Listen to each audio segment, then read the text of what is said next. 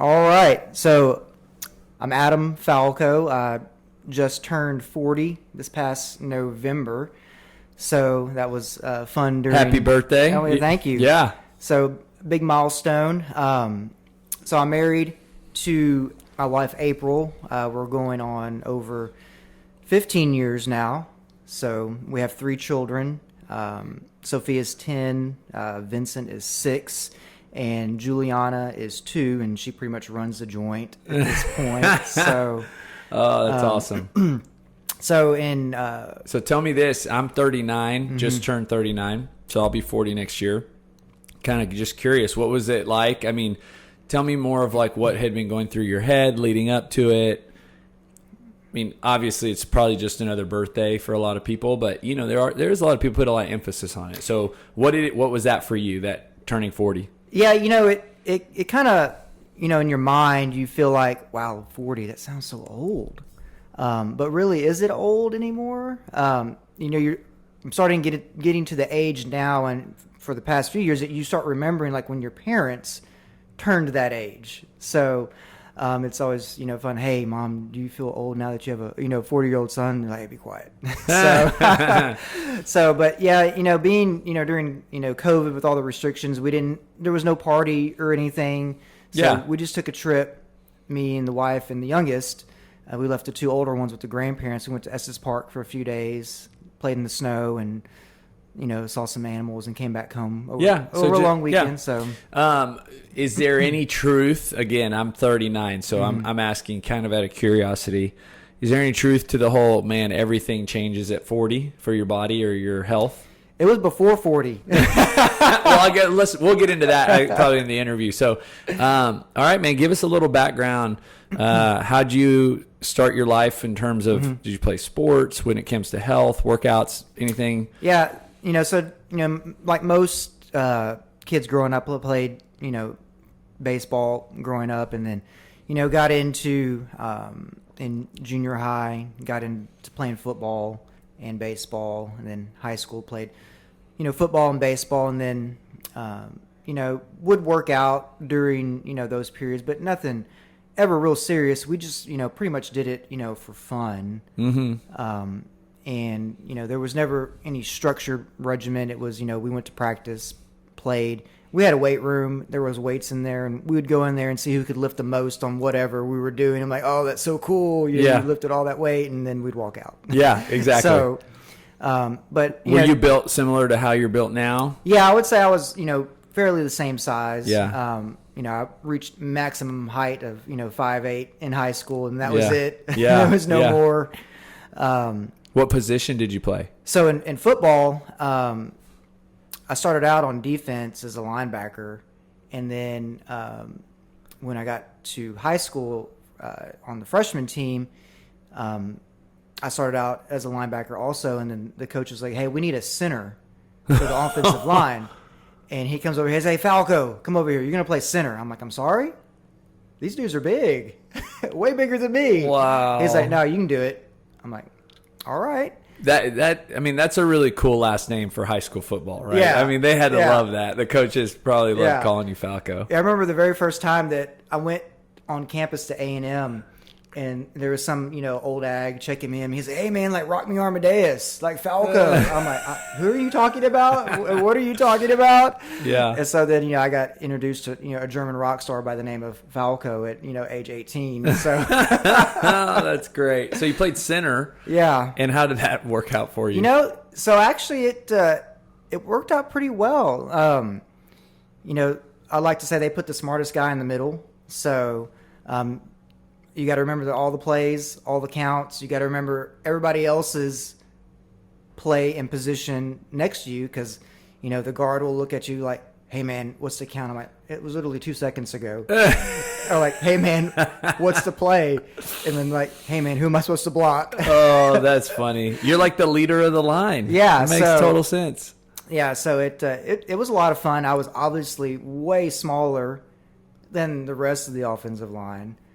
So I did center duties and deep snapping. So it was fun. So I got, relationship with, the offensive line guys and then the special teams guys. So Yeah. you get to go to practice earlier and you get to be, called let's go out with the specialist. I'm like, oh, okay, I just snapped the Did ball. you play all 4 years of high school? Mm-hmm. So did Yeah. you ever at any point, because, starting in junior high, I agree, we're kind of playing in the weight room, not really sure what we're doing.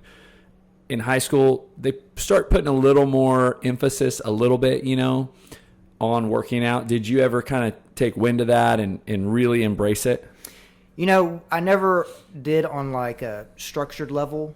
I did with my friends. Like we would make little programs for ourselves and go to the gym and do it. But it wasn't, real consistent. We were in high school. Yeah. But, in the summer times we would do, different things. But nowhere near to the level of consistency that I do now. Yeah. So, and in high school, a 3-hour practice is a workout, right? Even though you're Right. out there in the heat, snapping, hitting. Yeah. It's a work. I remember those days. I played offensive line in junior high, defensive line in high school. And so just being out in the Texas, and then at the end, we'd occasionally run, Yeah. 50-yard sprints, just depending if the coach felt like we should do 4 or 30. Yeah. And it was every bit of what you described, a grueling 2 days in the heat, drinking water out of some, water hose kind of thing, things that they probably don't even do now. So I'm amazed they kept you at center all through senior year. Yeah. So you weighed 165 your senior year or one? I probably weighed about 185. Oh, 185. Wow. So, I played the whole way through, and to me, it wasn't necessarily, hey, I'm going to knock this guy over in front of me. It was, I'm going to get him out of the way just enough because I know where the ball's going. You really did play smart. Yeah. I had to, because there's no way in the world I was going to literally beat the guy in front of me because they were just bigger, faster, and stronger. So you had to have some mental aspect to it. Like, I'm going to get him out of the way because I know where the play and the ball are going. Yeah. And that would drive some of the coaches crazy because it was so different than what you would normally do. Oh, high school kids essentially was what we are. Just hit the guy in front of you. Right. But it makes sense. That's awesome. Yeah. So what was like one of your favorite things about football? I think it was the team, just being with the guys. I'm still best buds with my quarterback and my kicker. Oh, that's cool. So they were in my wedding. One was my best man. So I was his best man in his wedding. So, we're still friends today, and we still talk all the time. So, it was hanging out with the guys. Yeah. And then did you, after football, kind of stop working out entirely, or? No. So after high school, my friend who was the kicker, he got me into cycling. So I bought a mountain bike, and that year from high school to college, we went mountain biking all over the place, and really developed a passion for doing that, and going all over and getting in the mud, getting dirty, breaking the bike, putting it back together, and doing all aspects of mountain biking. And then a little later on, we got into road cycling too. So then we would do both, and mountain bike and road bike places, and then it was great. So how far? What was some of the distances? On a road bike, we would probably, if we were just out going on a Saturday or Sunday, it'd probably be 20 to 30 miles. Dude, you guys were putting in the miles. Yeah. That's a couple hours at least. Yeah, it's a huge time commitment. Yeah. And in the back, at that time when you're 19, 20 years old, you have no plan, you have no map, there's no phone GPS. Yeah. We're just like, all right, we're going to go over here, and we're going to turn around, and we're going to come back. Did you buy like a nice road bike? Yeah. So at that time, my parents got me a Cannondale road bike. Yeah. So it's nice. Still hanging in my garage. It's kind of dusty right now. Yeah. So that's awesome. So we did that all through college, mountain biking and road biking. And so, it was just because you benefited in your fitness, but is it just because you enjoyed it? Oh, yeah. It just kind of became kind of like a thing. Like runners run, you biked. Yeah. So, it would be a thing, and, I would go try to structure my class schedule between that and work to where I can make it out back then to Lake Bryan to go mountain bike, or, if I structured my classes this way, I can make it out and back down 47 and back and get to class and to work on time. Wow. So I would, tried to maneuver things around, trying to do that. So how much of a window would you want of time to get in the workout or the ride? At least a couple hours, because it's a long workout. It's not a quick workout. I mean, it's a different, most people, especially when you look at like CrossFit, where we look at an hour, or most people that go to the gym for an hour, it's a different way to think. You want to have a good amount of time. Yeah. So did that keep you in shape? Were you 185 pounds throughout college? I would say, through college, I maintained probably the same, body size, about 185-ish. I think as I got older, more, towards senior year, I probably put on a little more weight, consumed way more calories than I was working off, as we all do in college. Probably drank way too much beer. So spent too many nights at the chicken playing 42. What'd you top out at? I mean, was there a... Well, in college, I was still relatively 185. And then after college, ended up going to law school. And that's kind of when things changed a little bit. So during that journey through law school, it's way different than college.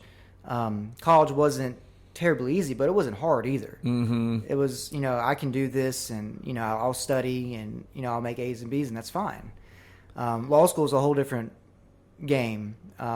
So it was pretty eye-opening. So your free time is spent studying, reading. Not on the bike. All my friends that did cycling were back in College Station in Houston and in Texas, and I went to school up in Oklahoma. So I had no other connections to the cycling world. I still brought my bikes and still would go, but it got less and less and less. But that's kind of when you're a whole lot of sedentary time, when you're just sitting there reading a book and like, oh, by the way, I can read this book and eat these peanut butter M&Ms. Or I can read this book and that bowl of ice cream looks really good. Yep. So there was a lot of that in law school. I still worked out, though. I was still, because our school, I went to Oklahoma City University, and they had an undergrad program and a law school program and other graduate programs, and they had a full service gym, so we would go. Awesome. And I would go play basketball, which I'm terrible at, and I would get dunked on by everybody. I was like, I didn't really care, because I was getting in some exercise. Yeah. I was beat and sweaty when I was done, and if I scored a couple buckets, I was happy. Yeah. So so we would still do those kinds of things, but just too much downtime and still consuming way too many calories, then I was exercising off. So, throughout law school, and it really didn't, show itself until I kind of got towards the end of law school, kind of studying for the bar exam. We were getting married my last semester of law school. Then after that, I was studying for the bar exam, took the bar in July of 2006. Wait for your test results to come in November, from July to November. And then kind of in that time is kind of when it hit me. And, I went to the doctor, and he kind of looks at me. He's like, you've gained some weight here. And what was the doctor's appointment for? Just check in? Checkup. Okay. And so he's like, well, let's run some blood work on you and some tests and just see what's going on. And so he ran some tests, and it came back that like, hey, your liver enzymes are elevated. He's like, what's going on here? What are you doing? He's like, you need to lose some weight. And, never really paid attention to it, but by that time I was 230 pounds. What? At 25, 26 years old? I was 22. 20. Oh, so is this after law school? Mm-hmm. After law school. 2006. So no, I'm sorry, I was 24. 24. So 230 pounds. I Yeah. can't even picture you 50 pounds heavier. Yeah. So and he's like, well, you need to make some changes. And I was like, yeah, I guess I do. And so it didn't really click then. So I made minor changes. Really didn't do anything that important, because at that time I was focused on, I need to get a job. I found a job. We were moving here to College Station from Houston. got a job at the city attorney's office here and started working here in February of '07. And then, once I got the job here, settled in for a while.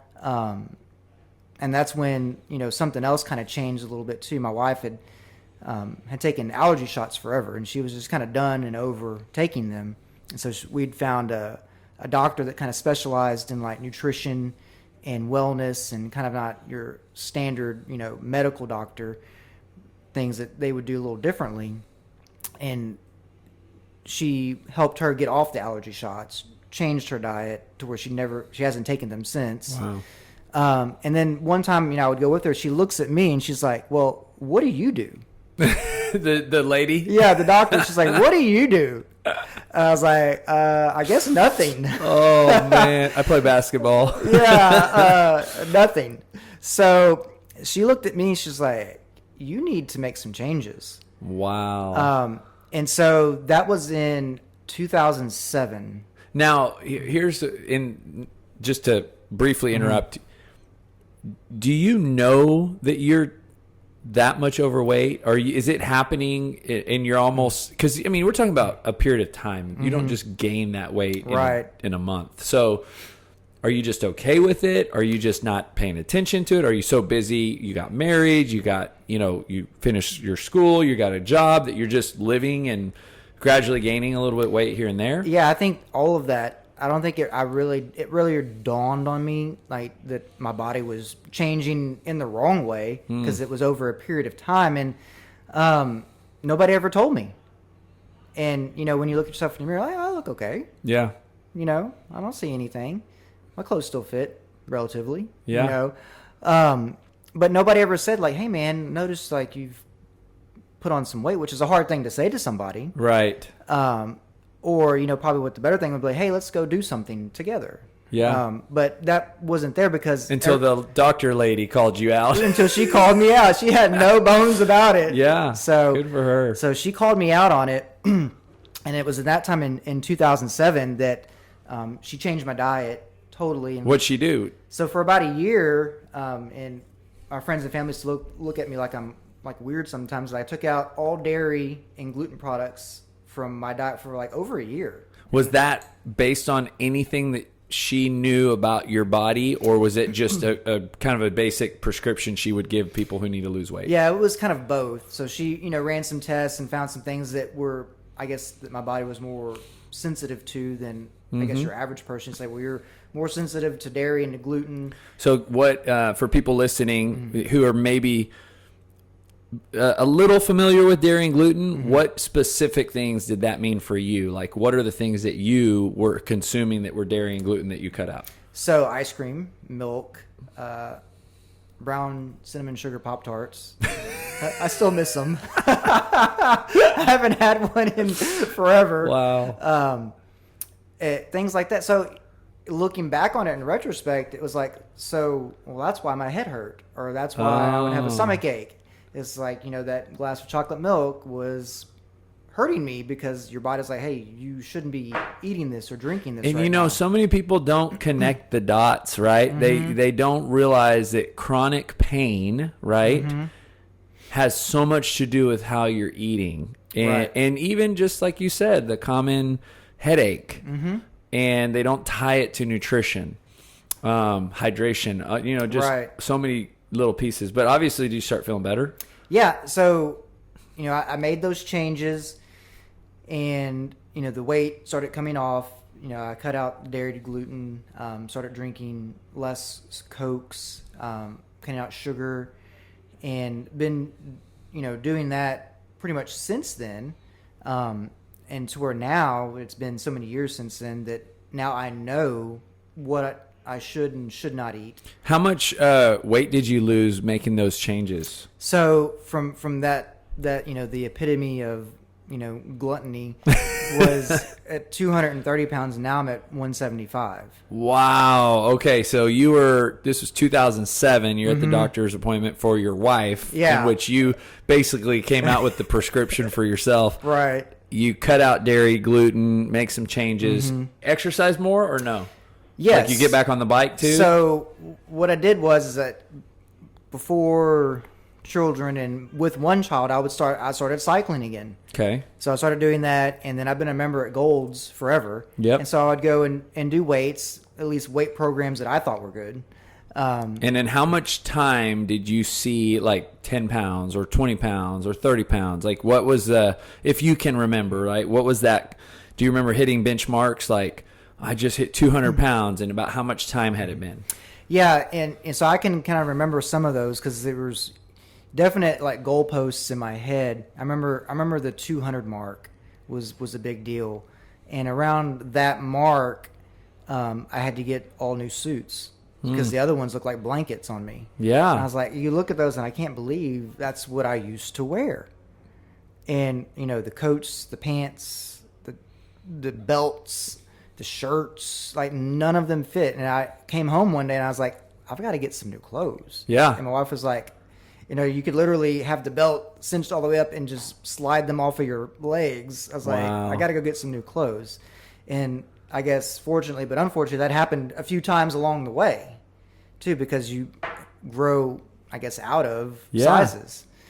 So I remember that 200 mark, and that was probably, I don't know, 2000, 10-ish, 11. Oh, so around 3 there. years. Yeah, so it didn't come off quick. In other words, it was so gradual. It was still gradual. Well, and I love what you said, because so many people go extreme. And you said I drank less Cokes, which implies you still drank some Cokes. I did. You only cut out dairy and gluten, which means you probably still ate French fries, or cheeseburgers, or Right. It sounds like there was a little bit of that stuff that you probably didn't remove completely, which allowed for you to live your life, right, and not feel so restricted. But 3 years later, you're in better. You're probably 30 pounds lighter. Right. Yeah. So it wasn't a teetotal annihilation of everything at once. What do you feel? I mean, you may not think your story is, phenomenal, but I do, because I think there's a lot of people who start what you started back in 2007 and don't get to where you are 13 years later, right? Yeah. So many people go through the highs and lows. It sounds like, and we'll keep going based on your 2010 to now, but it sounds like you were pretty consistent. So looking at maybe just your situation compared to maybe people that aren't successful, you don't know their situation, but you know yours. What do you think kind of made you be able to push through and get to where you are?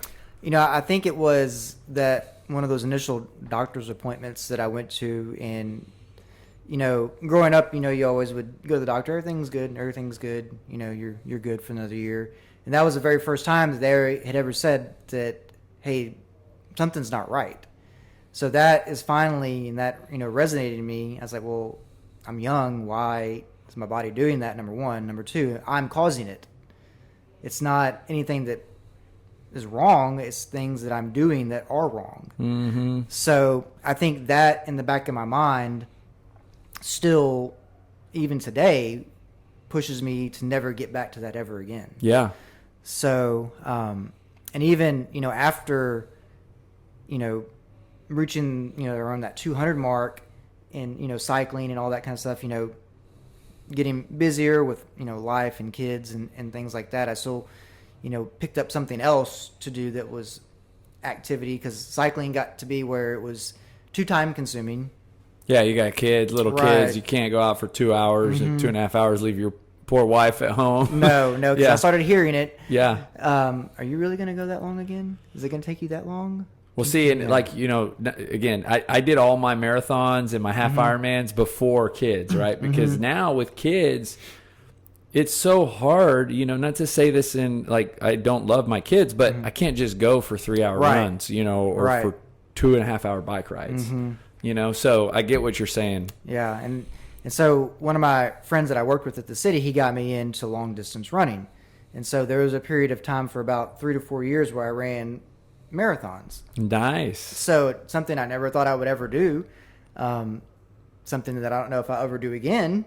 What year was your first? I think that was in probably 2014. Did you do the 13. BCS? I did. I've done it 3 times. So, And how was that first one? the first one was good. The friend that I trained with, he had competed in Ironmans, and he's like, 2 feet taller than me. So I trained with him, so obviously I had to keep up with a guy that was way taller than me. So it made me better in the end. Yeah.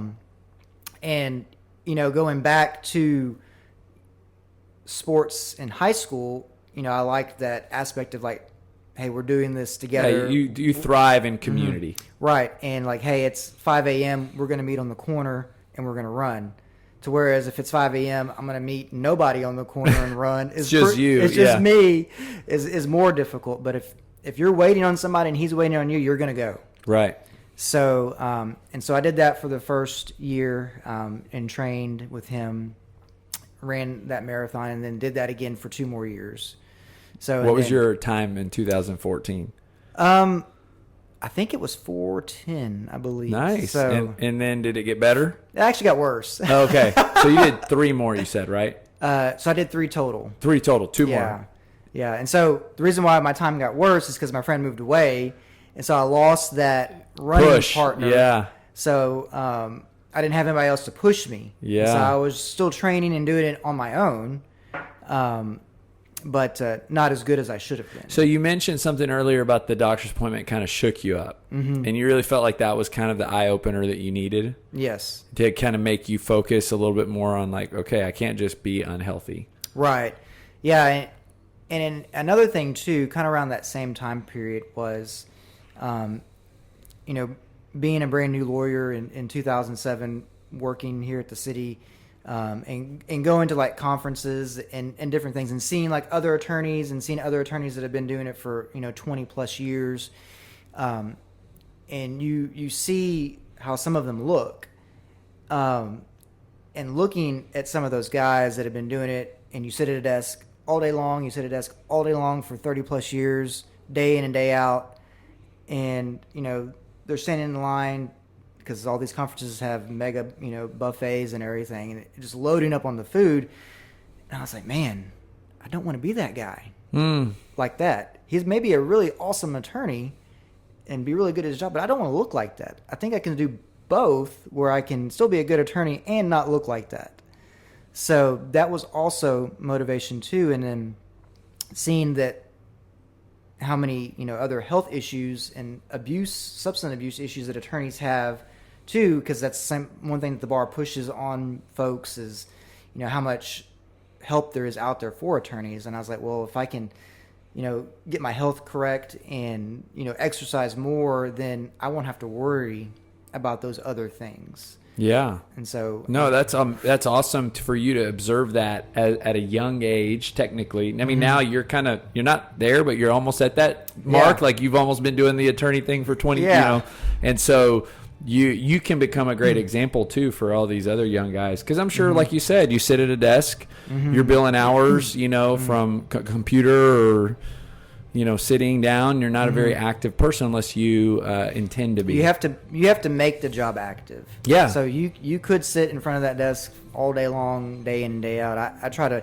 It's a little harder to do now because of the different restrictions we have because of COVID. But in the past, like if there was a project or something that we were working on, I would like talk to the engineer or to project manager. Hey, let's go out there and take a look at it. Let's go do this. Just hey, I'm going to come to your office or your department. I'm going to see your people and learn from them instead of you just coming to me or talking to them. So I would try to be more active and engage in that kind of way too. And then kind of another thing too that, because, trying to do these, workouts and different things like that is always, it's hard. It's hard to keep the scheduling and hard to do it and hard to balance work, and if I go work out during work, I've got to pack a lunch, I've got to pack a gym bag, I've got to pack this, and all that stuff has to happen before. So it's a lot of commitment.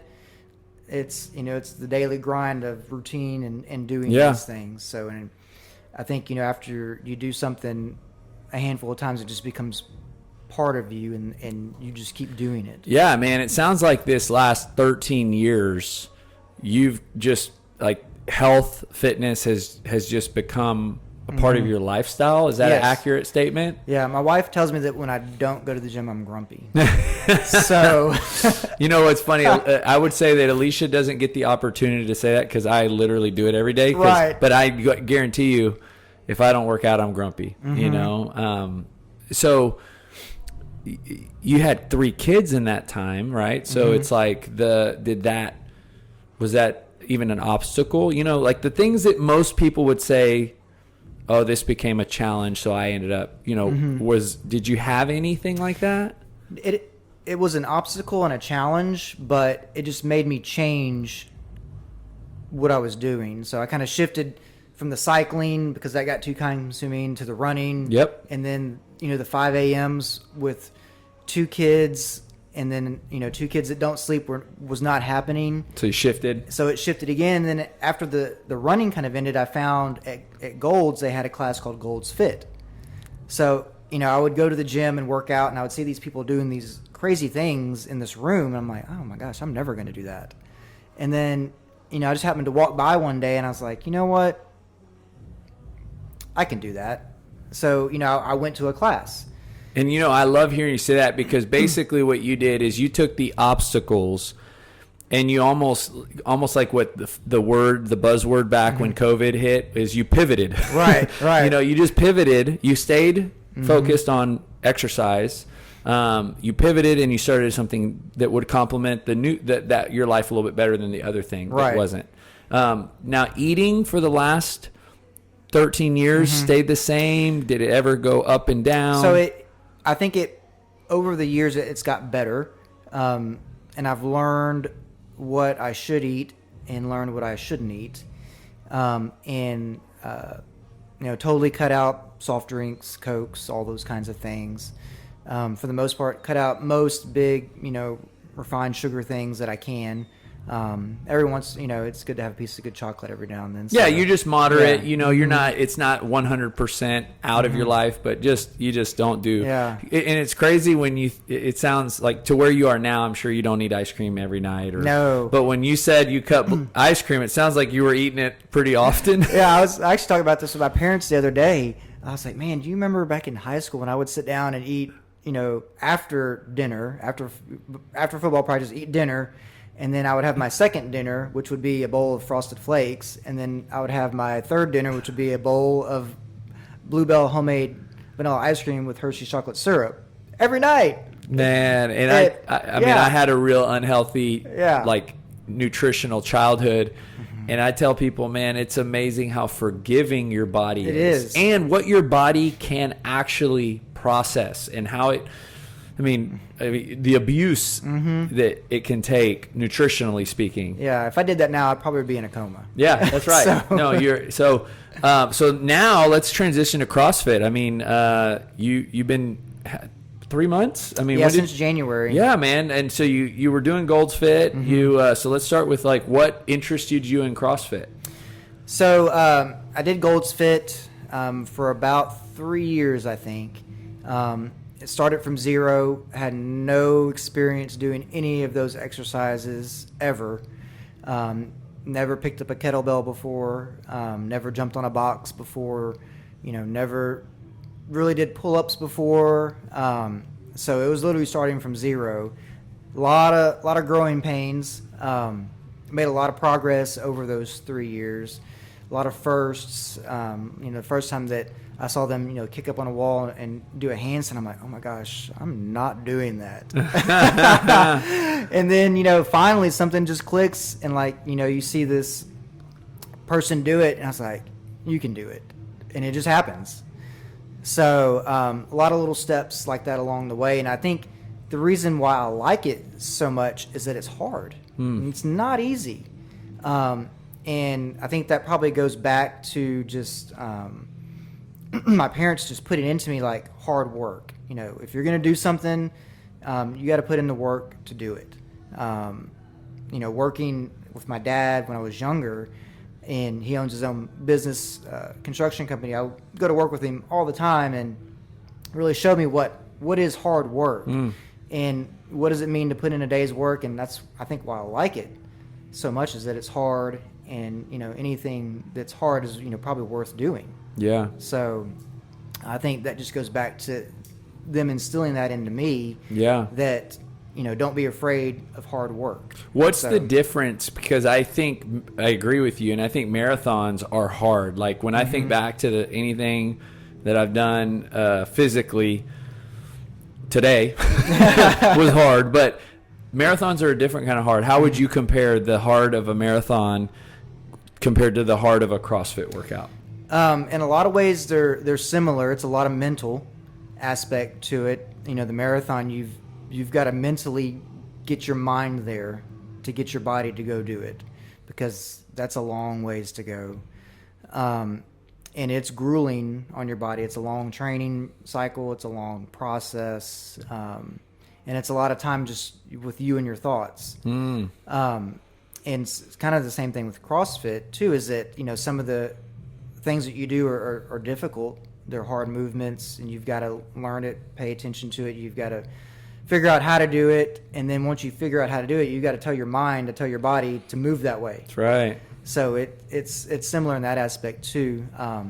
Sounds like the Gold's Fit really prepared you. Yeah, it did. It was a good class. I had some really good coaches that helped me in those classes. I remember the very first class that I went to, and probably normal people probably would have never come back after the first class that I went to, but it was kettlebell swings. And I don't remember anything else in the workout but kettlebell swings, because that's all I did, because I couldn't do it. Yeah. And so I remember both coaches worked with me, and like one of them just like pulled me aside, and that's all we did is he tried to like teach me how to do a kettlebell swing. Oh, wow. I was like, I don't know, but my body just won't move like that. Yeah, it's different. Yeah. Man, so had you heard, I'm sure you'd heard of it, or had you wanted to make a step into CrossFit sooner than 3 years at Gold's Fit, or no? No, and I wasn't looking to make a change really, and then I guess when all the shutdowns hit, they kind of changed up their hours a little bit, and my schedule wasn't fitting to where the workouts in my schedule could meet. And so once again, there's no challenge. I was like, I've got to do something different. Pivot, yeah. I got to do something different. And so I asked one of the coaches there, I said, hey, what do I need to look at? It's like, I like it here, but it's just not working. And they told me to come here. Oh, cool. And so whoever that was, thank you. That's awesome. So I'm here now. So, okay, here's another question. What is the difference, now that you've been in CrossFit almost 3 months, from CrossFit and Gold's Fit? We do, tradition. We are very much a CrossFit gym. Yeah, it's the Olympic lifting. 100% is the difference. Power cleans, deadlifts, back squat. Even would you categorize deadlifts, back squats into that? Just anything with a barbell? Right, anything with a barbell. We did the same exercises, just either with a kettlebell or a dumbbell. Gotcha. So learning the barbell is a challenge at this time. So do you like it? You're still here, so that's a good sign. But how has that enhanced your fitness experience? I think I like it because I'm learning something new, and I think it'll probably make me stronger in the long run.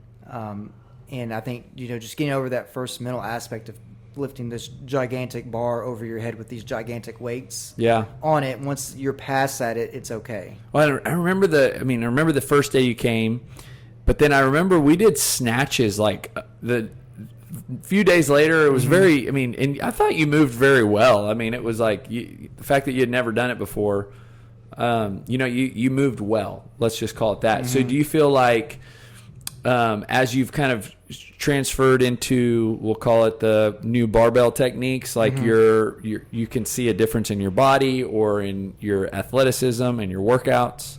Yeah, I think I see a little difference. I think I'm getting a little more toned. Or soreness, maybe different soreness? I would say more sore in different places.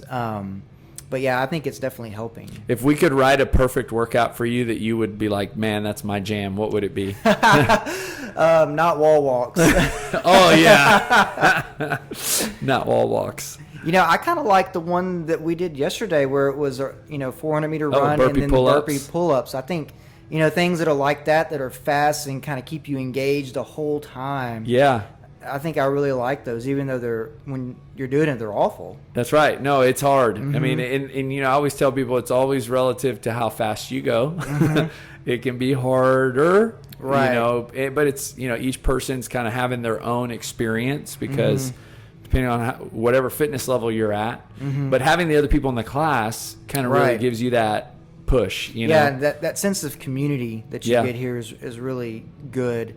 I mean, every person that I've met has been helpful, no matter who they are, from members to coaches to, hey, if I have a question, they'll stop whatever they're doing and show me how to do it. It's awesome, man. So the final question I ask everybody on the podcast, title of the podcast is Building Better People.